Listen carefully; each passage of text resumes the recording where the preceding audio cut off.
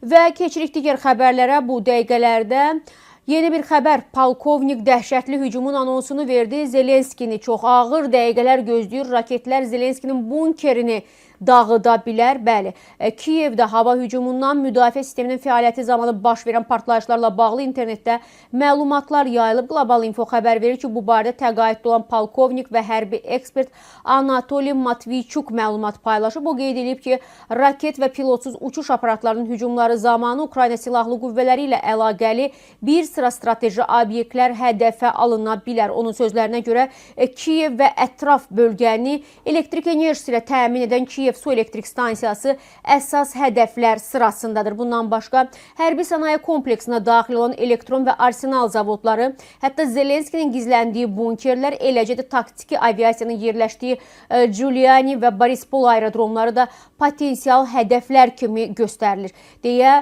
bildirilib. Rusiya Müdafiə Nazirliyi isə bildirib ki, 23 dekabr gecəsi Rusiya qüvvələri Ukraynanın hərbi sənaye və enerji infrastrukturuna, o cümlədən də Kinjal tipli raketlərdən istifadə etməklə kütləvi hücum həyata keçirib.